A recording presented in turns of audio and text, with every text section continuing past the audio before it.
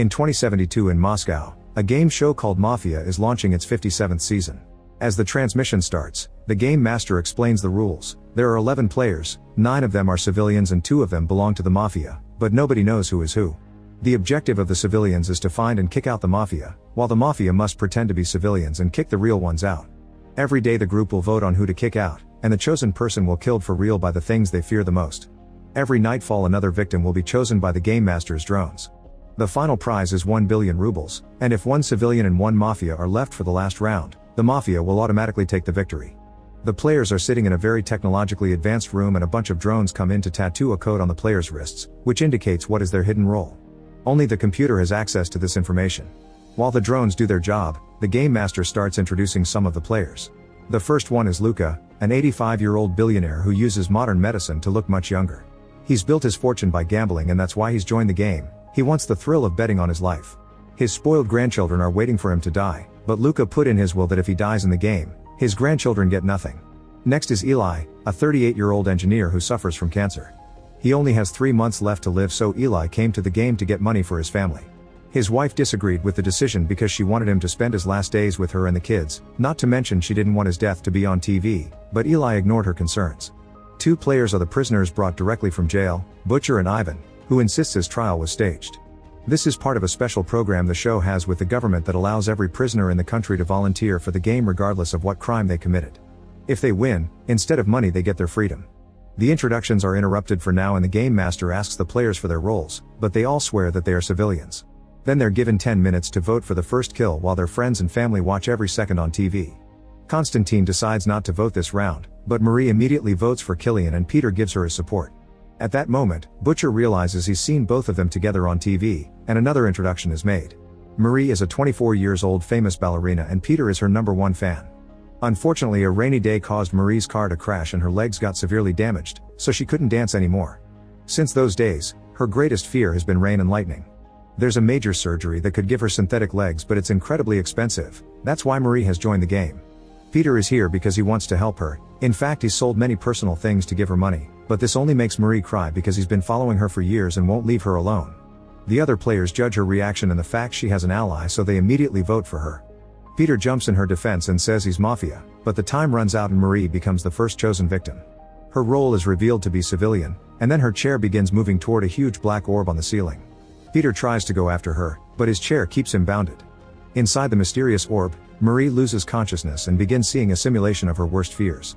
She finds herself in the woods during a stormy night, and as soon as lightning begins falling, she starts running away. The lightning goes after her, hitting the trees that surround her to force her to go in the direction of the cliff. Terrified of the storm, Marie sees no option but to jump, but the lightning catches her midair and kills her.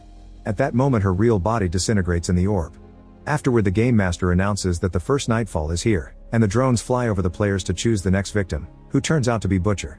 He starts insulting everyone around him as the chair takes him into the orb and a flashback reveals his psychological evaluation before the game. The psychologist had lots of questions, but Butcher wasn't very helpful. He swore he wasn't afraid of anything, but he admitted he didn't want to die like an idiot while being surrounded by other idiots. When the simulation in the orb starts, Butcher finds himself in a very creepy coliseum with 2 gladiators while a crowd cheers for violence. The gladiators are armed and start beating Butcher up with no mercy, and there's little he can do about it. After they throw him around for a while, Butcher manages to throw some dirt at their faces before grabbing a bottle from the ground that he uses to finally attack back. With a few hits he manages to kill one of the gladiators, but the other pushes him away. Butcher doesn't give up and keeps picking up objects from the ground, breaking his opponent's bones and killing him only for the guy to keep showing up over and over. After a few kills from Butcher, the gladiator finally stops respawning and everyone in the real prison watching the show begins cheering for their fellow prisoner. Butcher thinks he's won his freedom, but when he steps back, he trips and falls right on some metal rods that instantly kill him. Still angry over Marie, Peter says Butcher deserved it. Afterward, the game master announces it's time for the new vote and this time he gives them 8 minutes. Constantine announces he already knows who the Mafia are, and this is the moment for his introduction. As a child, he already had clairvoyant abilities. He could predict his bad grades and what girls would cheat on him. People began calling him the Black Messenger, and as an adult, he started to appear on parapsychological television shows. He even worked as a consultant during national crises. His greatest fear is to die of old age. Constantine says Peter is Mafia, and Peter responds by wondering why he let Marie die if he has powers that should have told him she was a civilian. Konstantin explains he wants the money for himself and not to split it among any remaining civilians, but this only convinces Peter that Konstantin is mafia and votes for him. Eli and Laura vote for Konstantin too, but all the others vote for Peter. He turns out to be another civilian, meaning Konstantin lied. Another flashback shows Peter's psychological evaluation. At first he said he didn't have any fears except Marie herself, but the psychologist made him think, and Peter remembered that as a kid, he feared water. Once the chair takes Peter into the orb, the simulation puts him on a boat in the middle of the ocean. Peter immediately begins rowing to reach the creepy island, but suddenly a hole appears in the boat, and when he tries to cover it with his hands, he gets cut. This causes his blood to slip into the ocean, and soon the sharks begin swimming around him. A terrified Peter tries to row again, but the water is slowly sinking the boat, so he grabs a paddle and stabs a shark with it. The other sharks rush to feed on their dead companion, and while they're distracted, Peter jumps into the water and begins swimming to the island. However, the island suddenly disappears and the sharks immediately come after Peter to kill him. As he dies, Peter smiles because he thinks Marie's spirit is coming for him. Back to the game, the players are given the chance of an extra vote before nightfall, and this time they have 6 minutes. As Walter gives his opinion, his introduction also comes through. He's a 45-year-old military officer who has fought in many wars, and now he suffers from PTSD. He's joined the game to let it decide if he should live because he still carries the guilt of a tactical mistake he made during the war that caused the death of many young recruits. Walter is familiar with Ivan's case from the news and calls him a child murderer, so Ivan's introduction comes next. He was just an ordinary student that one night went out drinking with some friends. They were driving too fast and lost control of the car, which crashed and killed 2 of his friends. Ivan and the driver survived thanks to the help of a woman on the street, but the driver's parents made it look like it had been Ivan driving to save their son. Ivan was found guilty and sent to prison, so his greatest fear is to die in jail. Ivan insists he's innocent before telling Laura that she looks familiar, but she swears they don't know each other and accuses Walter of being mafia. Walter accuses her back and soon an argument ensues, but Walter cuts it short to vote for Laura.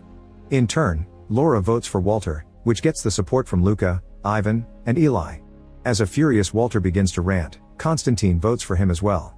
Since Kieran and Kate's vote won't make a difference, Walter is already chosen as the next victim. It's then revealed that Walter is also a civilian, so the 2 mafias are still in the group. When the chair pushes him into the orb, Walter finds himself reliving the day he made his mistake. He tries to warn his men about the ambush, but it's too late. Soon his team is surrounded by the enemy and Walter's soldiers begin dying all over the place. Sometimes the simulation makes the walls disappear to allow even more enemies to attack and cause very cruel deaths, like a soldier that gets killed by a fire. Eventually Walter comes out to shoot as many enemies as possible, but seeing the bodies of his men and the wall disintegrating causes him to accept his time has come. At that moment the enemy shoots Walter and kills him. Seconds later, it's time for another nightfall and the drones choose Laura, who gets her introduction a little too late. She used to have a house, a good job, and a loving family, but unfortunately she became an alcoholic and denied any help from her husband. Soon their son died and her husband left her, so she was left alone. She wasn't brave enough to self-delete, and her greatest fear is heights. For more than 8 years Laura didn't leave the house, until one night when she was by the road. It turns out she was the one that saved Ivan and his friend. She also was forced by the driver's parents to lie during the trial. Ivan is shocked to hear this but still forgives her because now his name is clean. The game then announces that Laura is also a civilian, and before the chair takes her away, she tells Ivan she hopes he wins. In the orb, the simulation puts Laura on a plane that is flying toward a creepy dark cloud. This darkness attacks the plane and the damage makes it start falling as the walls and the ceiling begin to disintegrate. A stewardess helps Laura with the seatbelt, but the darkness suddenly takes her as well.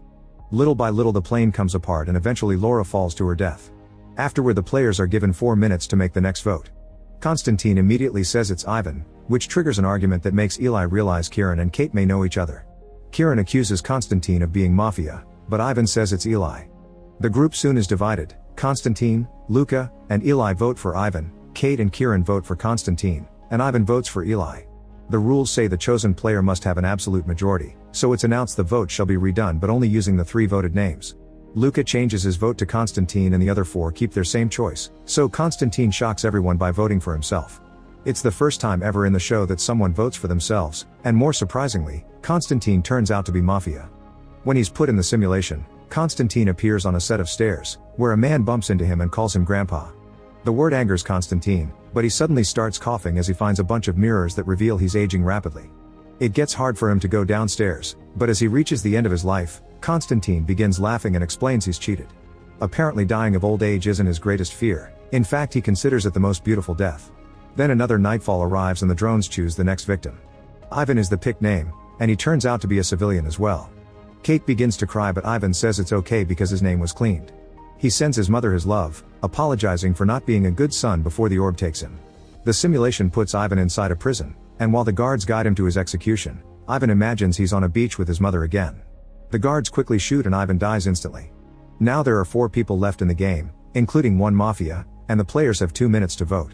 While the group argues over who to vote for, Eli accuses Kieran and Kate of being a couple, and Kieran gets his introduction. He's a young polemicist that joined the game because a friend dared him to. He met Kate a day before the game started, and she felt so comfortable around him that revealed all her fears: height, desert, and snakes. Since Kate grew up in an orphanage, she thinks nobody will protect her in this world. Neither of them knew they would meet again in the game. The players keep arguing for a while and they end up running out of time, so the computer makes the choice. Kate is the next victim, and she's also a civilian. The chair quickly takes her away, causing Kieran to run and jump on it too so they can go into the orb together, which has never happened before. The simulation puts the duo in a stormy area, standing on a floor made of glass. If they move, the glass cracks, so Kieran rushes to Kate and they begin running together as the glass comes apart behind them. Suddenly the floor breaks under their feet and they fall, only to land on a black desert. They see a triangle of light on top of a mountain, and since Constantine had mentioned it during the arguments, they decide to follow it. As they move, the rocks around them begin transforming into big snakes that begin chasing them. The duo runs as fast as possible only to encounter a huge monster which represents Kieran's fear, which is losing Kate. Kieran tells Kate to hide before he starts throwing rocks at the monster, rolling around whenever he needs to dodge an attack. When they come closer to the mountain, the triangle of light burns the creature, and Kieran notices a second triangle hanging on the monster's neck. He runs up the monster's leg and steals the triangle, then he uses it to reflect the mountain light and burn the creature down to ashes. Afterward, the duo sees a rock formation shaped like a face that has a triangle on one eye. They put the monster's triangle on the other eye and the rocks move to reveal a light beam that guides them toward a house. When they enter, Kate is shocked to see this is the orphanage she grew up in and she can see her mother handing her to an employee. It's then revealed that among her other fears, Kate is also scared of knowing why her parents left her. Kieran reminds her this isn't real and explains that her parents don't define her, so Kate has to work on accepting that. Suddenly their surroundings disintegrate and the duo comes face to face with the game master, meaning there's a civilian and a mafia left in the game. While the show cuts to an ad before revealing the winner, the game master explains that Constantine had been working for him to find a way to destroy the game by beating it using Kira and Kate. The game master reveals the duo is still trapped in the simulation and explains that watchers are tired of seeing death, so he decided to showcase their love instead. After thanking them for participating, the game master lets them live and the duo leaves the show safely. Sometime later, Eli returns to his family and reveals he was the mafia, so he's won all the money. In the end, he managed to live 10 months instead of the 3 they diagnosed. Luke leaves the game alive but with no money, so he decides to disinherit his grandchildren and donate everything to Kate's orphanage. Ivan's mother gets flowers every day in memory of her son, and Kieran and Kate visit Constantine's grave to thank him for ending the game. However, it's not over yet and Kieran soon signs up for the game again. Make sure to subscribe and turn on notifications so you can watch more videos like this. Thanks for watching.